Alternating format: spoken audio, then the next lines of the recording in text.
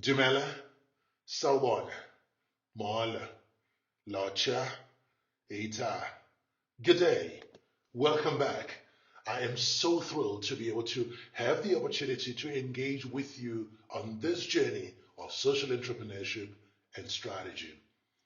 It is an honor for me to be able to really partake in this as your running mate because we, in our previous engagement, had a conversation around just the formulation of strategy, the importance thereof, strategy for social enterprise.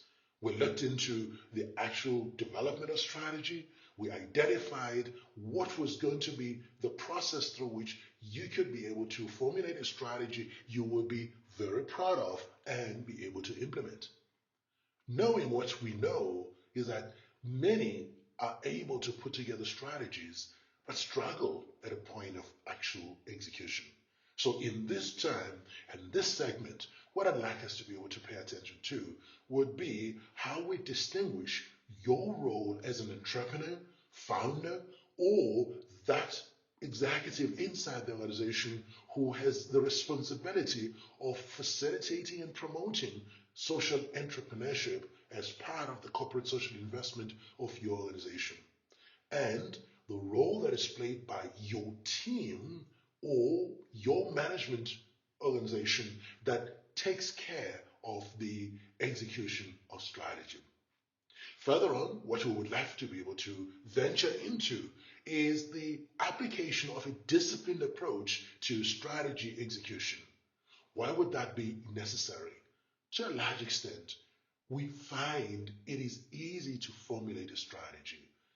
But when you are dealing with dynamic environments such as we have with the invisible enemy called COVID 19, you might find that what you began with so much excitement has become something you are not able to carry forward. Therefore, it is important to be able to discipline ourselves towards the execution of the grand idea that we already had formulated more than more than 80 days ago. With you, let's spend some time then looking into a revision of some of the key elements that are crucial for strategy and strategy execution. Let's revisit our context. In more than 470 days of varied levels of lockdown as a result of COVID 19, we have found ourselves executing the work we began with at the start of 2020 in varying levels. Essential services have been able to continue throughout the period. However, we have found that the effect of health matters has been so great that some have not been able to return to the original levels of performance they used to have. We know that at varied times we've had to be able to operate with skeletal staff, most of the people operating from home. Working from home itself has required of us to rethink our approach altogether. It becomes all the more difficult if you are the sole owner of your enterprise. As you go through this process, I'd like for you to be able to join in with me as we reflect on the fact that there is always a need when you set up a business, whether it is for profit or not for profit, that you develop a strategy to execute something that will be of consistent with why it was that we established in the first place. We call that business 1.0. But far too often, the development strategy becomes a place where we have a beautiful, shining document, but not really get ourselves to the point of making it come down to work. It is amazing to be able to think back to Peter Drucker saying, all strategy must degenerate to work. This is really the focus of our time together. It's business 2.0 and the executing of strategy. After you've gotten through the journey of strategy execution, it is important to make sure that your enterprise is sustainable. That will be business 3.0. We're not going to go into business sustainability right now, but we will keep that in mind because whatever it is that we are working on must be there even beyond ourselves. We will challenge one another to ensure that we are constantly taking time to review the work we do and we plan ahead, much like we do as we travel on any journey. We constantly checking how we are doing against the map that we've put in place. Google Maps has the opportunity to be able to tell us how far we are from where we wanted to be able to get to, but also gives us a chance to reflect on where we started.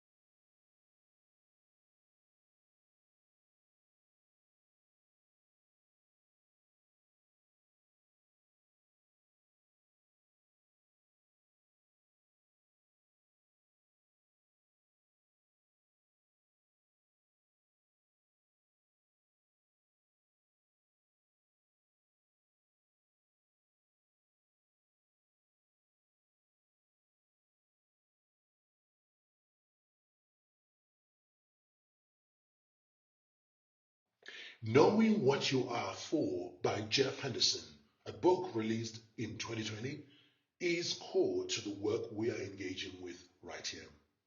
We see it as important to be able to emphasize that in an environment where we have a business that is not for profit, it is important to understand the concepts that make up profitability.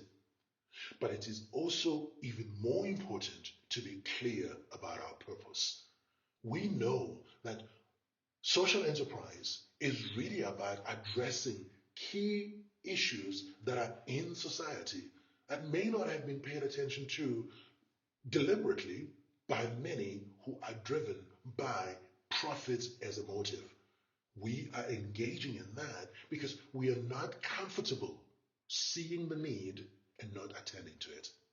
But too often, as we do that, we get to be able to forget about ourselves.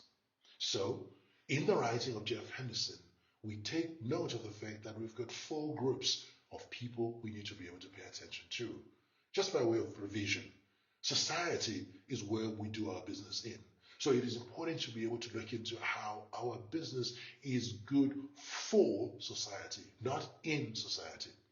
Second, it is important that we have established an enterprise that is good for the customer. After all, no entity, no business will exist without a customer. There has to be somebody who is going to be buying our service or our product. And in fact, we are solving an existing problem or a future problem for the customer. In order for us to be able to execute that which we're wanting to be able to do for the customer, we will need to be able to assemble a team of like-minded people who are in agreement with what it is we're seeking to be able to do. When we have formulated that team, it makes us formidable. It makes us to be able to go into the journey very confident that we will realize that which we were set out to be able to do. But in order to be able to get the team functioning, we need to take good charge of ourselves. Self is the central point of all that we do. If I am not there to present the dream, to articulate what needs to be done, the team will have nothing to work with.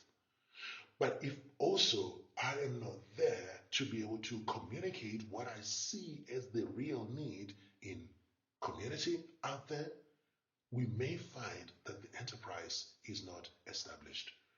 Therefore, it is important to be able to be there for me. In the writing of Stephen R. Covey, this is the concept of appreciating self-mastery before public mastery. And self-mastery also requires a deliberate effort to sharpen the saw, renew myself. Renew yourself at a spiritual level, at a physical level, at a mental level, and at a heart level. This is at a relational level. All enterprises require consistent revisitation of relationships with self and others.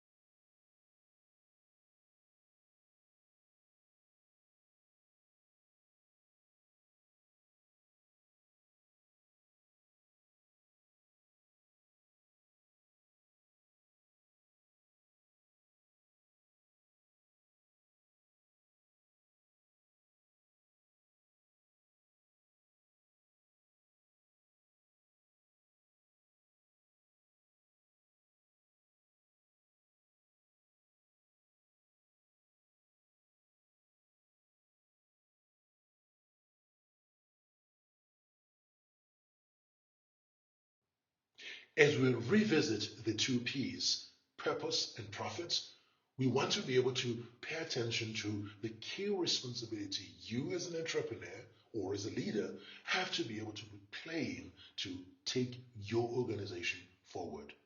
First and foremost, of course, the dream came with you.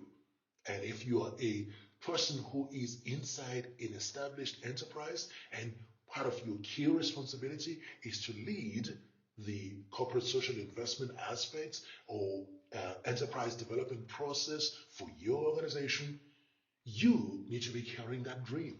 You need to be carrying that vision. But constantly, you will need to be able to go into society and check what is the real need that has come through. Many a need has shown up in part because of the conditions within which we operate. We operate, as indicated earlier, in an environment wherein the invisible enemy called COVID-19 has redefined the way we relate. Society is finding itself in an environment wherein social distance is the term that is applied more often. But really, we're talking about physical distance. So how do we conduct our business? It calls for leadership. It calls for thinking about what and why. What is it that we're here about? Why has it gone as far as it has gone? But in order to be able to establish purpose, why should we be the ones who have the solution to it? At a management level, it is important to be able to put in place a team that will pay attention to the work that needs to be done to execute exceptionally on the dream that has been formulated. The team will find its cue from you as a leader. But of course, it may very well be that in your enterprise, you are the team of one. which means at some point you've got to be thinking the future and then be executing the present. And of course, every now and again, you've got to be looking back to see what it was that was being done in your environment. Crucial to always be thinking about is, who is the customer? Whose pain are you really addressing? As a manager, you will put in place processes that will help to be able to decipher the key needs that are there relating to the customer. You will be the one who will be paying attention to the things that truly will make the customer want to keep coming back to you. In the previous engagement, we drew some insight from Schutze about excellence wins. Excellence wins when you are in tune with the customer real requirements. Therefore, as you are distinguishing between what is an entrepreneur you need to be paying attention to and what is a manager you need to be able to pay attention to, you know for a fact the what and the why is about leadership. The how and the who will be the responsibility of management.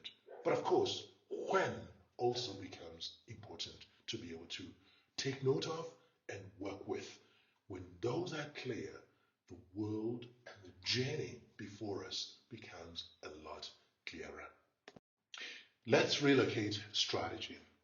We know for a fact that we begin everything with a clear appreciation and understanding what the customer needs are, what it is that has been done up until now, what others in the same sector as ourselves are delivering, and having taken note of the results at play, we notice where the gap is.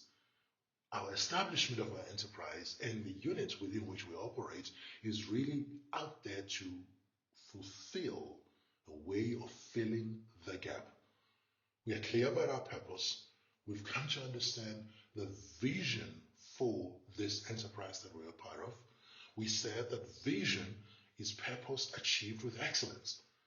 At a behavioral level, we've also gotten to appreciate what are the key values that drive us. What do we cherish?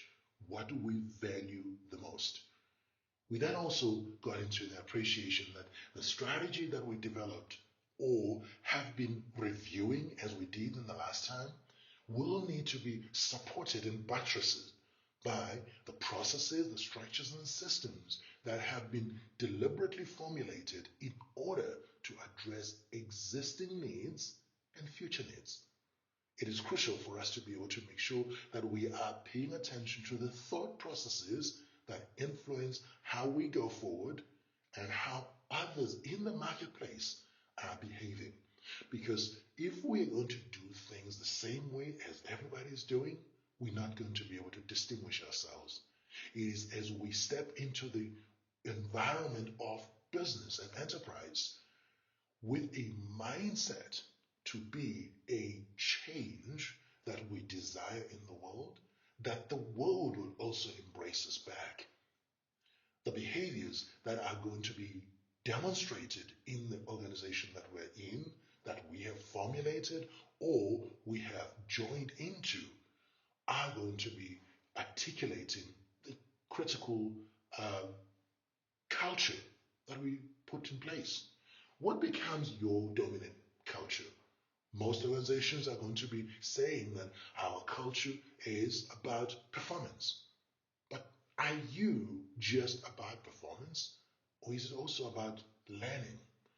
It is important to be able to develop a learning culture inside your organization so as to make sure that you are able to constantly be monitoring how you are progressing. It is easy to repeat the same mistakes over and over and over because you're not really pausing to reflect on the work at play. So the proposition that I want to bring through to you is that you get to be able to say, I will run an enterprise where excuses are not tolerated. I'm going to be running an enterprise wherein waking up each day to shift the dial, to move things is the way of life. I'm also going to be running an enterprise wherein lives are going to be made to live better. But also, as I go through that, I will continue to be learning. And I will also create an environment wherein the people who are associated with me are learning, be they customers, suppliers, and my team members. We all are constantly learning. It is organizations that learn that are able to be innovative. And I believe that you are also in an organization that you would like to see constantly innovating, improving, and responding to the disruption that comes through, whether it is a virus or something else. Guided by the philosophy put in place by L. Nightingale almost a full century ago, it is important for us to just take note of the fact that our success will be measured by our progressive realization of a worthwhile ideal.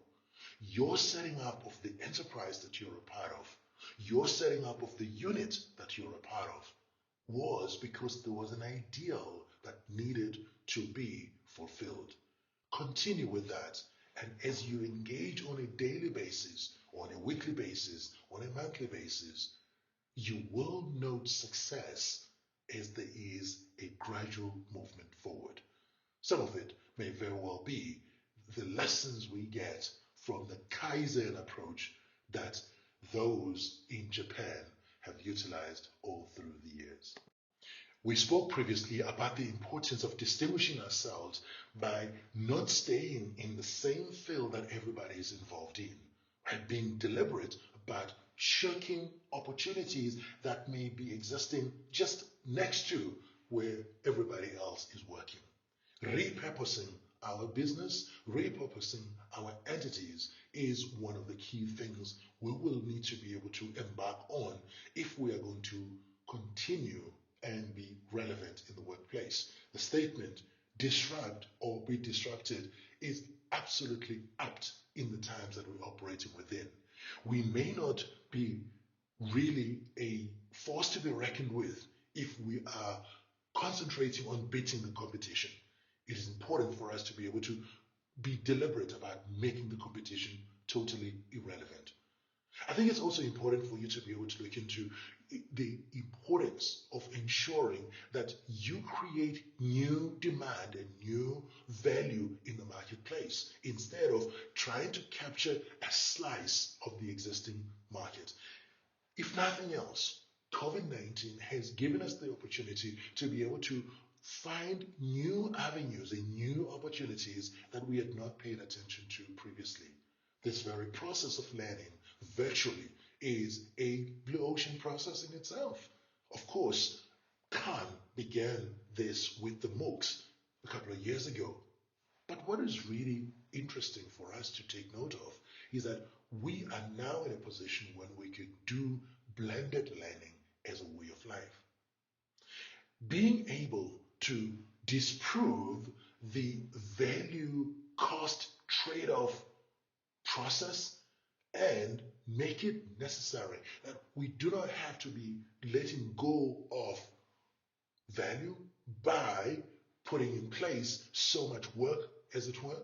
It is important. It affords us the chance to do the things we want to do the things we are proud of, to do the things that make us rise up in the morning, because we want to make the world a bit better.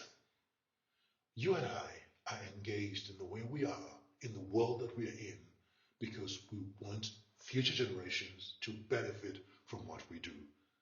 Let's go into the space of the Blue Ocean strategy. As we contemplate creating the Blue Ocean for ourselves, you took time previously to look into what are some of the things that are costing business, your enterprise, and society so much that really should be eliminated.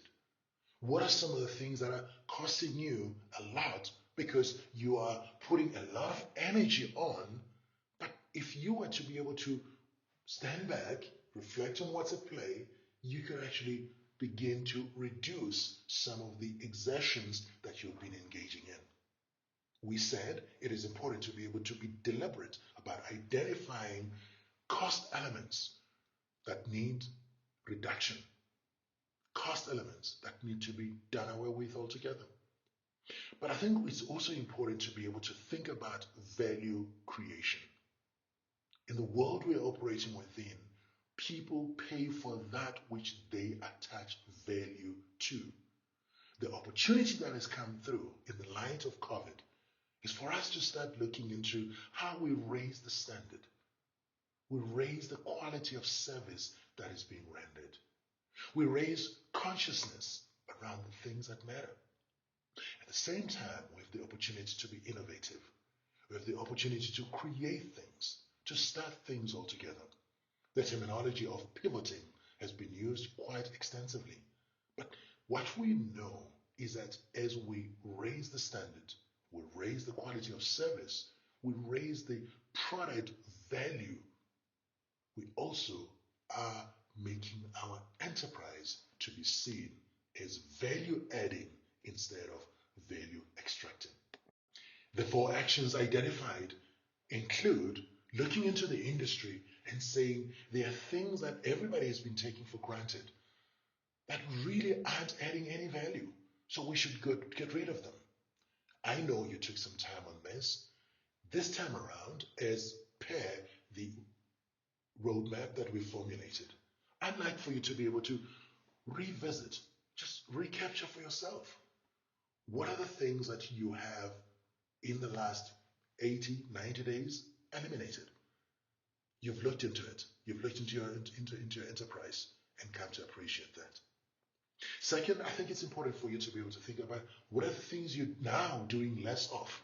Because if you continue to do things the way you've always done them, well, that's a sure way of demonstrating lack of progress. Progress really comes through because the movement you're involved in is taking you forward.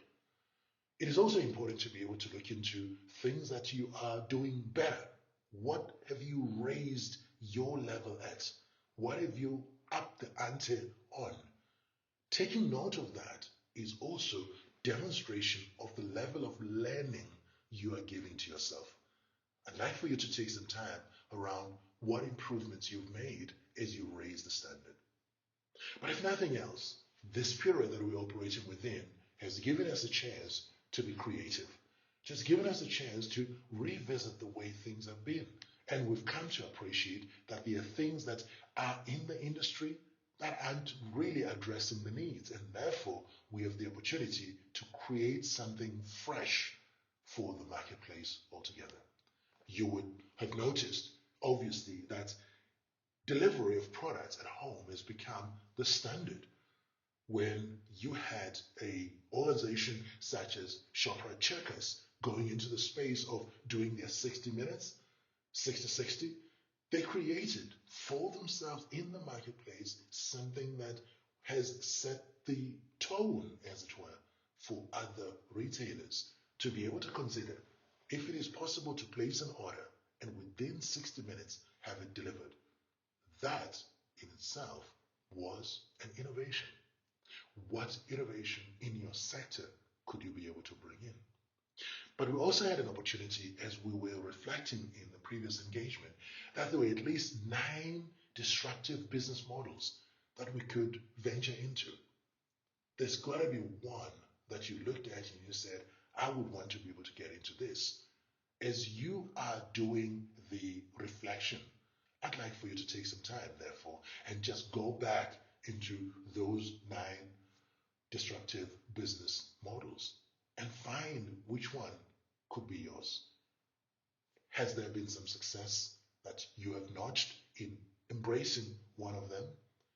What have been the lessons you have learned in that process? Where are you taking your organization forward?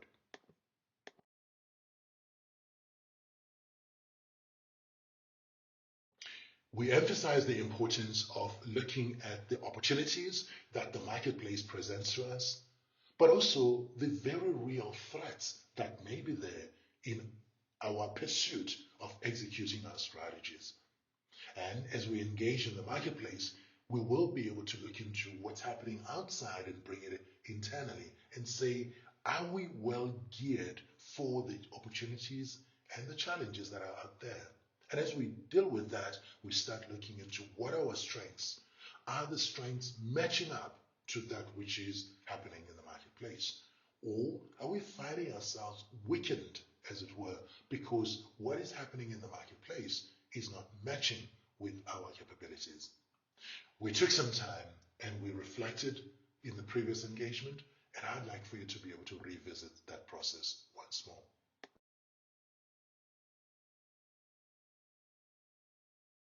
So, borrowing from Good to Great by Jim Collins, the terminology of confronting broader facts is one that we are wanting to be able to pay attention to now. Rethink, and I know you took some time to be able to do this previously, but rethink, what are your true strengths?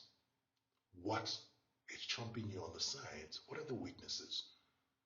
What are the opportunities that have come through that you have not yet exploited? What are the opportunities that have passed by? We said in the previous engagement that the opportunity of a lifetime needs to be used in the lifetime of the opportunity. Which one have you grabbed? And of course, it is also important to think, what are some of the things that are threatening the success of your enterprise, the success of your organization? And as you engage with that, I'd like for you to be able to do it knowing that you are not alone. Your colleagues are going to be supporting you. Your peers are going to be supporting you. People who are in the syndicate group with you are going to be supporting you. And of course, you've got an opportunity to engage with us, and we will have a live engagement as the opportunity is granted by the team right here. Let me invite you now to join in with me in an activity that affords you the chance to review the work you have done up until now. It is goal directed, and therefore it's going to be about goal attainment. We call it Dr. Greg. And Dr. Greg in itself addresses to what are your desired results? What are the guidelines to make it work? What are the resources necessary to get the work done and done properly? How do we deal with the issues of accountability? And how do we sort out the key consequences of the work being done or not being done? There is a tool that I've made available to you. I'm going to take you through it in the slides, 3 slides that follow. First, it's important to be able to determine what's your current situation and what's your desired outcome. The desired outcome becomes your desired results. And if you look back to the last 2 months or 3, you may very well want to be able to check what are the actions you had set for yourselves you needed to be able to put in place. What has been the actual action carried out in the time that has just gone by? Go through each one of them, and you will be able to see if there has been progress or not. And sometimes we might actually see that if we do not note down things that we are working with, we may find ourselves telling ourselves we're not progressing when in fact we're making significant progress. We said excellence is the standard. So what is the guideline that you're giving yourself and give the guideline that you're giving to the colleagues who are working with you? It is important to be very clear about the guideline because it becomes the reference point for whether or not we are on track in the way we should be or not. Resources required, make it such that whoever is doing the work that needs to be done does not find themselves curtailed and prevented from progressing just because there are some things they need but cannot have them. These may very well be technological requirements, there may be financial requirements, but it may also be human requirements. So what are those? It is important to then determine for yourself the accountabilities. Who will be accountable for what? And how often will we account for the work we do?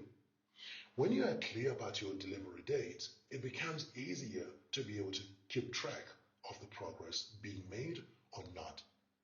Finally, in Dr. Greg, it is important to be able to determine for yourself what are the consequences when the job is done properly. When you are successful, what does it tend to? What kind of celebration do you put in place for yourself? What does it give you to work towards? And what are the consequences if we do not succeed. And we need to know those, because when we arrive at that point, we are able to determine whether we are on the cliff and we might be tipping over, or we are in the space we want to be in. And as we continue with that, it gives us a chance to be truly focused on the things that matter. In the next segment, we'll be looking into the disciplined approach to strategy execution. It's a three-step thing. It's crucial to be able to do this, because the moment you create the rhythm of self-checking and checking in with your colleagues, you are able to tell whether you're progressing or standing still.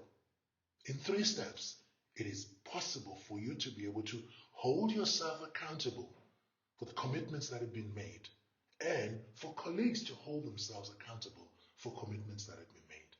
Secondly, you get to be able to say, how are we progressing against the goal we had set for ourselves? How are we progressing against the things that we knew needed to be done by now? What are the successes? What are the shortcomings? But every good leader seeks to go forward. If we do not plan, we will not know whether we are on track to anything. Therefore, we need to plan the future. Proper prior planning prevents having to fix things up. Planning in itself also helps you to identify whose assistance, whose help should you solicit in order to go forward. And the proposition that is going to be coming through is one that says, on a weekly basis, you get to be able to ask yourself, what's the one thing or 2 things that if I did them well this week will move the dial forward